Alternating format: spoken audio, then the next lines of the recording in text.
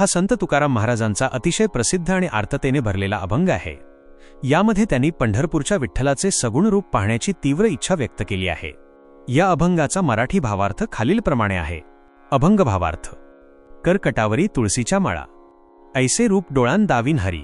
अर्थ, हे हरी विठ्ठला, ज्याने आपले दोन्ही हात कंबरेवर कटावरी ठेवले आहेत आणि ज्याच्या गळ्यात पवित्र तुळशीच्या माळा आहेत, असे तुझे मनोहारी रूप माझ्या डोळ्यांना दाखव।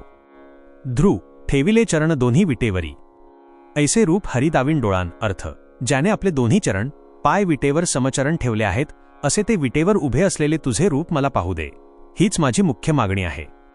2. कटीन पितांबर कास मिरवली, दाखवीन वहिली ऐसी मूर्ती। अर्थ, ज्याने कमरेला पिवळा पितांबर नेसला आहे आणि ज्याची कास काष्टा अत्यंत शोभून दिसत आहे, अशी ती तुझी मूर्ती मला आता वेळ न लावता लवकर वहिली दाखव।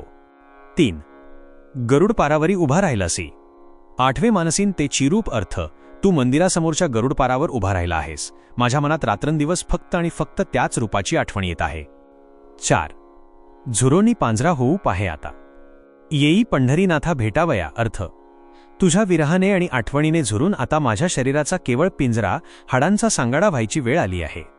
माझी अवस्था बिकट झाली आहे, त्यामुळे आता तरी हे पंढरीनाथा तू मला भेटायला धावून ये।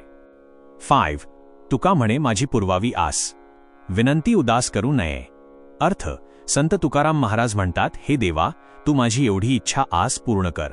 मी तुला जी विनंती केली आहे त्याकडे दुर्लक्ष करून मला निराश उदास करू नकोस। थोडक्यात सारांश। या अभंगात संत तुकाराम महाराजांची विठ्ठल भेटीची तळमळ शिगेला पोहोचलेली दिसते। त्यांना विठ्ठलाचे निर्गुण रूप नको, तर विटेवर उभा, कटेवर हात आणि गळ्यात तुळशीमाळ असे सगुण सावळे रूपच डोळे भरून पाहायचे आहे। देवाच्या विरहाने शरीर क्षीण झाले आहे, त्यामुळे देवाने आता सत्वर भेटावे अशी विनवणी ते करत आहेत।